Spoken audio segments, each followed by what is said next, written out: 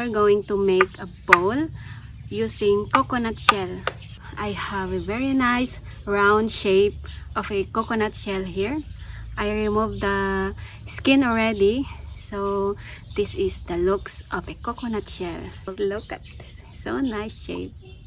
So guys, what we are going to do now is we are going to break this. So I'm using this small saw or lagari in Tagalog, so that I can control the cut of the coconut shell.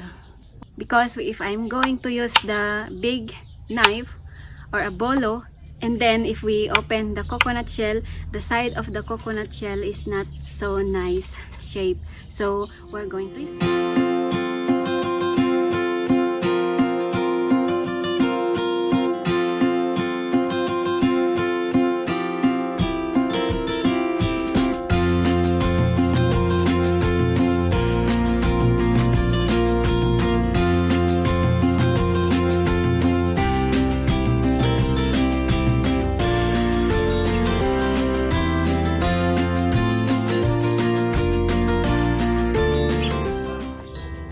Bakit kaya hindi masarap yung tubig ng niyog pag dry na siya? Yung wala nang lasa, guys.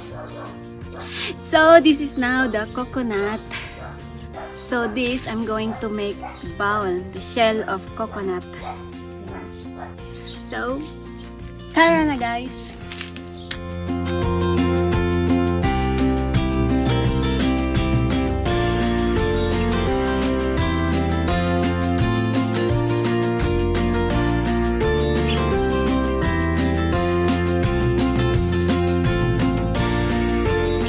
So we're going to start cleaning this area, and then later I'm going to clean this area inside, and then after that I'm going to shape this side because I did not make it correctly.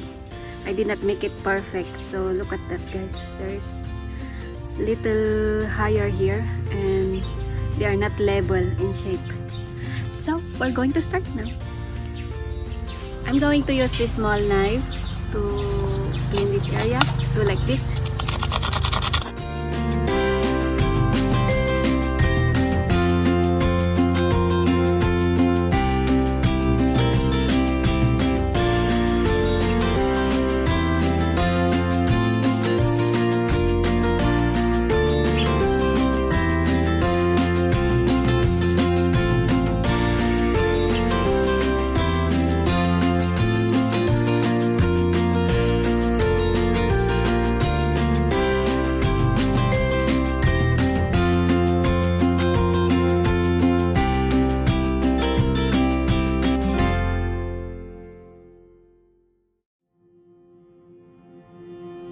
Meron akong liha dito.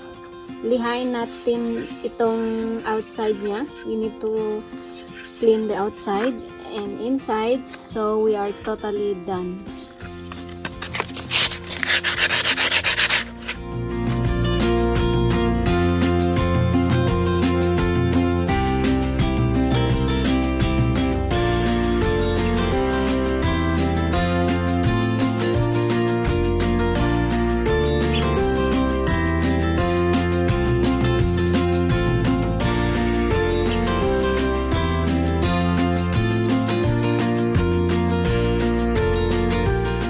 So this is my finished product, guys.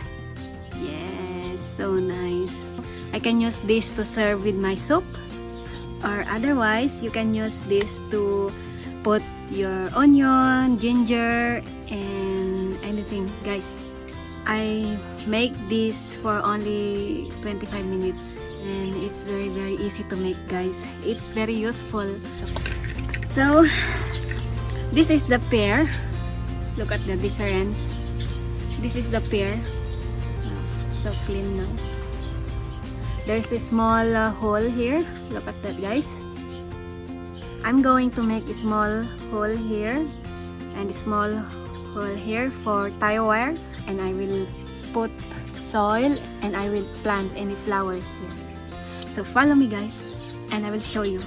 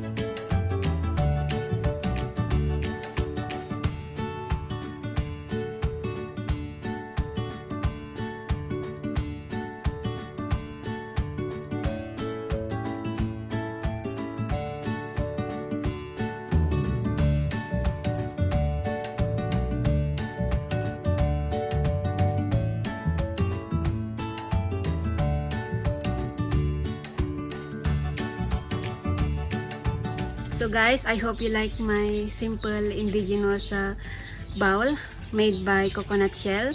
And you're new to my channel, guys, please don't forget to subscribe to my channel.